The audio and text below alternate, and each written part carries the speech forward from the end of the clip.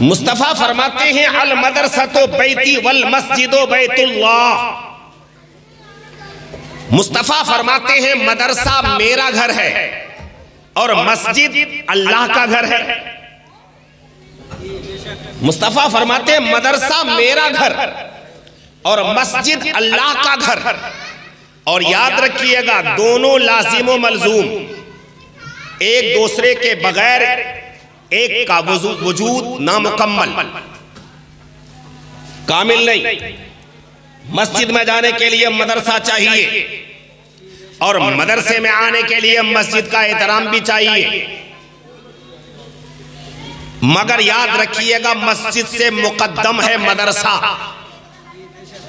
मदरसा मुकद्दम है, मस्जिद मुअख्खर है।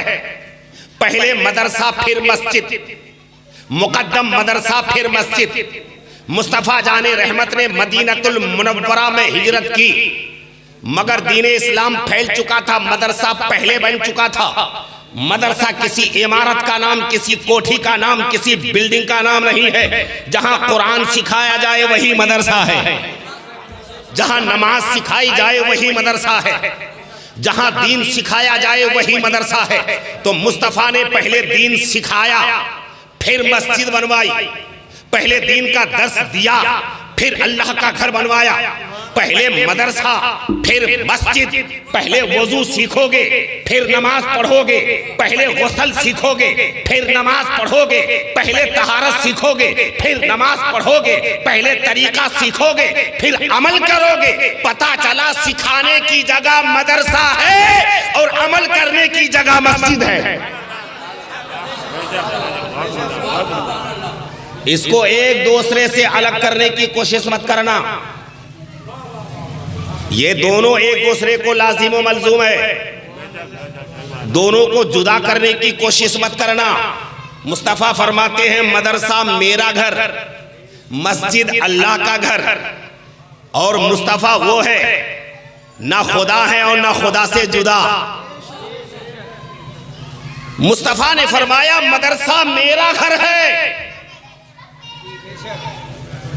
तो मदरसा रसूलुल्लाह का घर है और मस्जिद अल्लाह का घर है। मस्जिद में आने वाले अल्लाह के मेहमान और मदरसे में रहने वाले रसूलुल्लाह के मेहमान। ना अल्लाह के मेहमान रूठे ना रसूलुल्लाह के मेहमान रूठे। मुस्तफा जाने रहमत ने मस्जिद नबवी बनवाई, मस्जिद नबवी के बाहर चबूतरा था, वही मदरसा था।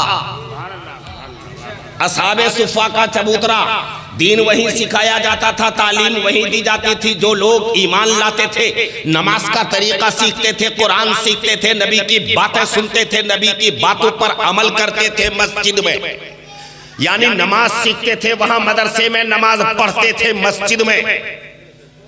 दोनों को अलग करने की कोशिश मत करना और इन मदरसों में पढ़ने वाले बच्चों को कभी हकीर मत जानना, इनको कमजोर मत समझना। अगर इनको कमजोर समझोगे तो बर्बाद हो जाओगे। यही वो मदरसा है जहां से उलमा निकलते हैं, फुज़ाला निकलते हैं, मुहद्दिसीन निकलते हैं, मुफक्किरीन निकलते हैं। आज अगर पूरी दुनिया में मस्जिदें कायम हैं, मस्जिद के मेहराबो मिंबर कायम हैं, हमारे सरों में जो टोपियां दिखाई देती है, हमारे चेहरों में जो दाढ़ियां दिखाई देती है, हमारे जिस्म में जो इस्लामी लिबास दिखाई देता है, अरे खुदा की कसम ये सब कुछ मदरसों की मरहूने मिन्नत है। ये मदरसे ही तो हैं जिन्होंने हमें बताया कि दाढ़ी मुस्तफा की सुन्नत है। अरे ये मदरसे ही तो हैं जिन मदरसों ने बताया कि कुर्ता पायजामा इस्लाम की पहचान है। यही मदरसे तो हैं जिन्होंने मस्जिदों मेहराब को कायम और दायम रखा है। इनको हकीर समझने की कोशिश मत करना। ये मत समझना कि अगर तुम एक दो वक्त की रोटियां देते हो तो तुम कहीं ये समझने लगो कि बच्चे हमसे पल रहे हैं, हमारा खा रहे हैं, हमारा पी रहे हैं। खुदा की कसम, रब्बे पाक इल्म दीन सीखने और सिखाने वालों की बरकत से पूरी दुनिया को रोजी देता है। तुम्हें क्या पता है कि मदरसे के बच्चों ने टिफिन लेकर खाना यहां लिया तो उस बच्चे की बरकत तुम्हारे घर में है। उन बच्चों की बरकतों की वजह से तुम माला माल हो।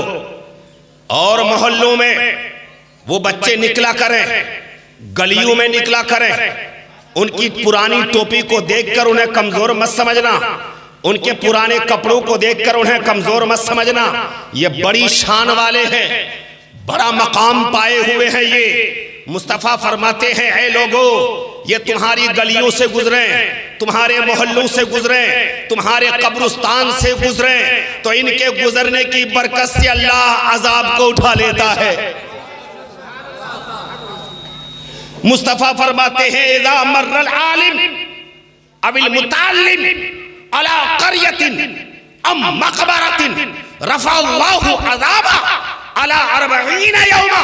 जब कोई पढ़ाने वाला आलिम या पढ़ने वाला तालिब इल्म किसी गांव से निकल जाए, किसी मोहल्ले से निकल जाए, किसी कब्रिस्तान से निकल जाए, किसी गली से निकल जाए तो उन गुजरने वाले उलमा और तलबा की बरकत से रब्बे पाक उस मोहल्ले से, उस कब्रिस्तान से 40 दिन तक अजाब को उठा लेता है। एक दिन गुजरे तो 40 दिन तक अजाब टल जाए। 40 दिन तक एक दिन के गुजरने की बरकत यह है कि एक दिन अगर एक मर्तबा निकल जाए तो 40 दिन तक अजाब उठ जाए। तो जो रोजाना गुजरे उस मोहल्ले का आलम क्या होगा? उस मोहल्ले का आलम क्या होगा?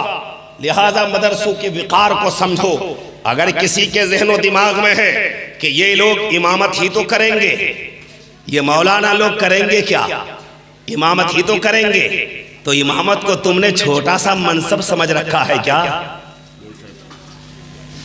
इमामत कोई छोटा ओहदा नहीं है। पूरी दुनिया में इससे बढ़कर कोई मकाम, कोई मनसब नहीं है। ये बादशाहों का मनसब, ये खुलफा का मनसब, ये मुस्तफ़ा का मनसब है। मुस्तफ़ा ही ने इमामत फरमाई, मुस्तफ़ा के बाद खुलफा ने इमामत फरमाई, तो ये मकाम वो है जहां मुस्तफ़ा जाने रहमत ने इमामत फरमाई है। आप देखें, अगर नगर पालिका का मिंबर हो, अगर चेयरमैन आ जाए तो वो खड़ा हो जाए, अगर चेयरमैन के सामने एमएलए आ जाए तो चेयरमैन खड़ा हो जाए, एमएलए के सामने एमपी आ जाए तो एमएलए खड़ा हो जाए, एमपी के सामने सीएम आ जाए तो एमपी खड़ा हो जाए, तो एमपी खड़ा हो जाए, सीएम के सामने पीएम आ जाए तो सीएम खड़ा हो जाए, और पीएम के सामने सदरे जमहूरिया आ जाए तो पीएम खड़ा हो जाए, और सदरे जमहूरिया के सामने पूरी दुनिया में ताकत रखने वाला सुपर पावर मुल्क का कोई हाकिम आ जाए तो वो खड़ा हो जाए। आप देखें, कोई सा भी ओहदा टटोल कर देखें, हर एक दूसरे के लिए, मगर इमामत वो मकाम, वो मनसब है कि अगर मोहल्ले का मिंबर भी आ जाए तो इमाम इमाम है। नारे तकबीर, नारे रिसालत।